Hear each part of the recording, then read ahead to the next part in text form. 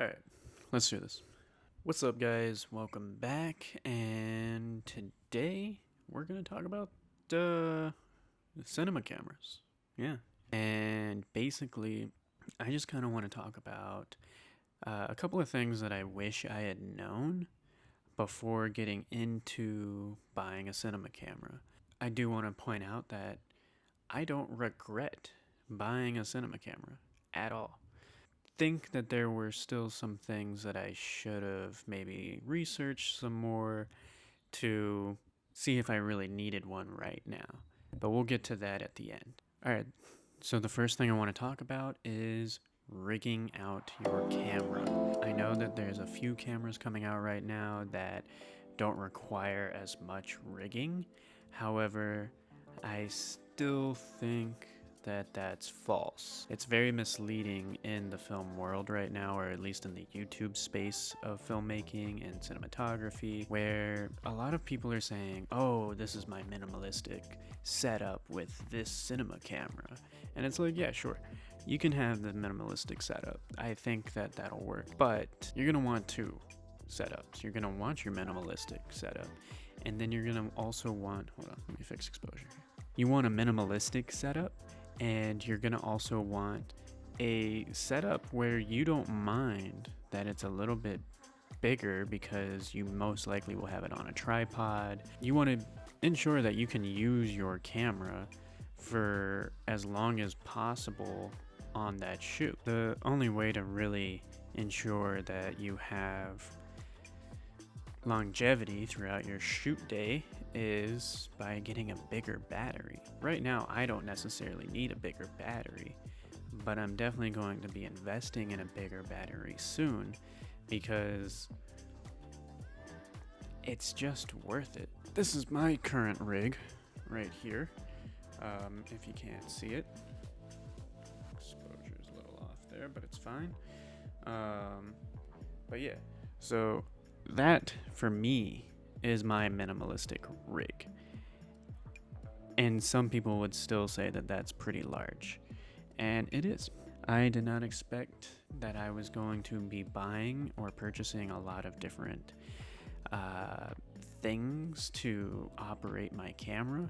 My first vlog with this camera, my first cinematic vlog with this camera, I did it with just a battery and my SSD drive, and it worked.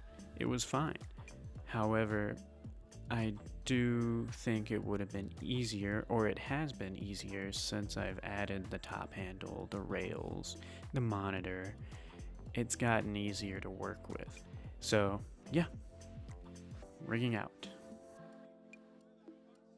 Alright, so another big deal with owning a cinema camera is normally, and this is normally, not always, but cinema cameras normally shoot at higher resolutions, higher frame rates, which means that their codecs are heavier, beefier, you could say. Yeah, they are.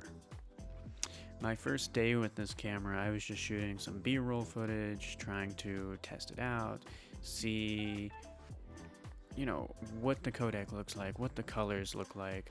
It was great all around, fantastic. My only gripe was that it was 60 gigabytes worth of B-roll. I don't know, maybe I'm just not used to it. I mean, right now I'm shooting on the EOS R. At the end of this video, I'm gonna have maybe 8 gigabytes worth of footage. So that was just a shift for me. So for sure, if you have the Blackmagic Pocket Cinema camera, highly recommend. If you're gonna shoot in 6K on the 12:1 ratio, you're gonna get a lot more to work with in terms of storage. It's kind of up to you. I just want to do a side note here. I am very impressed with this camera, the Blackmagic Pocket Cinema, and I'm gonna be layering in footage throughout this, so don't worry, you'll see the footage, because the colors on this thing are just gorgeous. The image itself is gorgeous, and working with it has been pretty simple. It's not bad at all. I would say that if you're gonna buy a cinema camera, prepare yourself. Start buying storage right now. But I mean, currently, I've got so many hard drives right now for this camera. You know, let me grab that. I've got all these little hard drives right here, and yeah, I mean, I have a place to store it, but honestly, I need more. If you guys have any recommendations on storage, definitely shout that out in the comments so that way I can utilize that tip myself.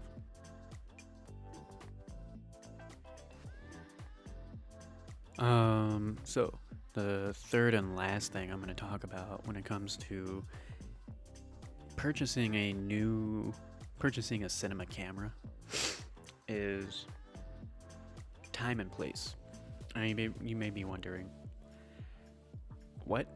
Yeah, you're right to wonder that, because what do I mean by time and place? And time and place, I mean, when I first got this camera, I was like, that's it. This is my video camera. My EOS R is now my photo camera. And with the other 2 points that I just talked about, that pretty much makes it impossible for it to be my main driver. It's easier for me to just throw this camera on the tripod, make sure the microphone's in. We'll talk about that another day, why I have 2 microphones. And yeah, like, this setup is so much easier.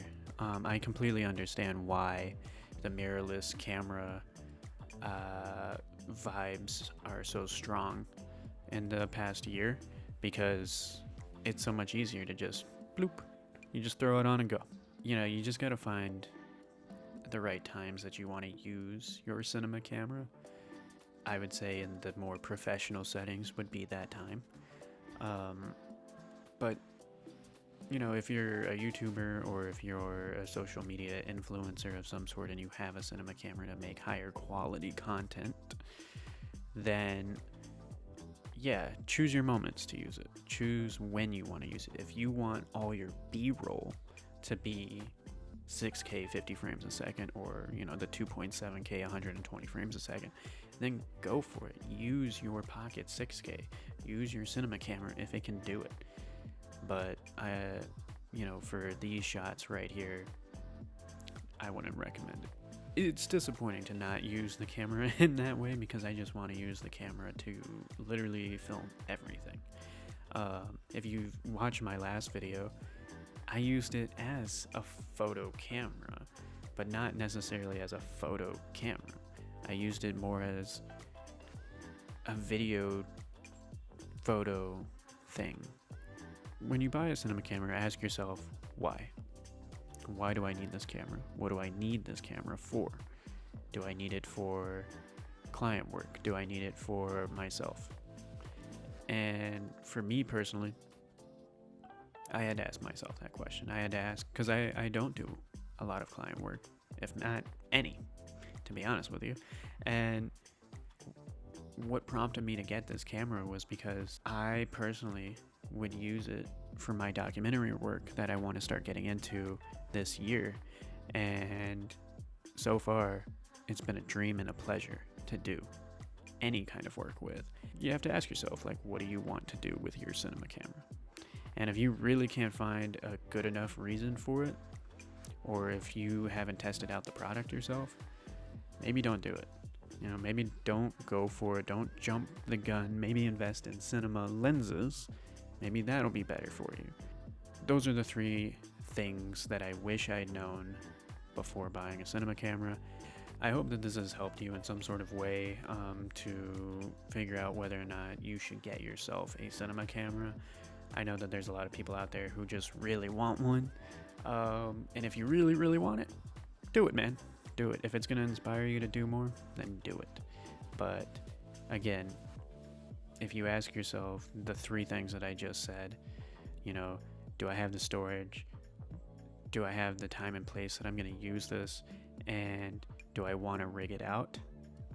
If you don't want to do any of those things, or don't have any of those things, maybe don't. Because it definitely makes a difference in the way that you think about having to use that camera. So that's all I have for you guys today. If you like this video, please hit that like button down below. It'll really help YouTube. see that my videos are worth watching, and that would be dope. But other than that, guys, yeah, thanks for watching. I'll catch you guys in the next one. Later.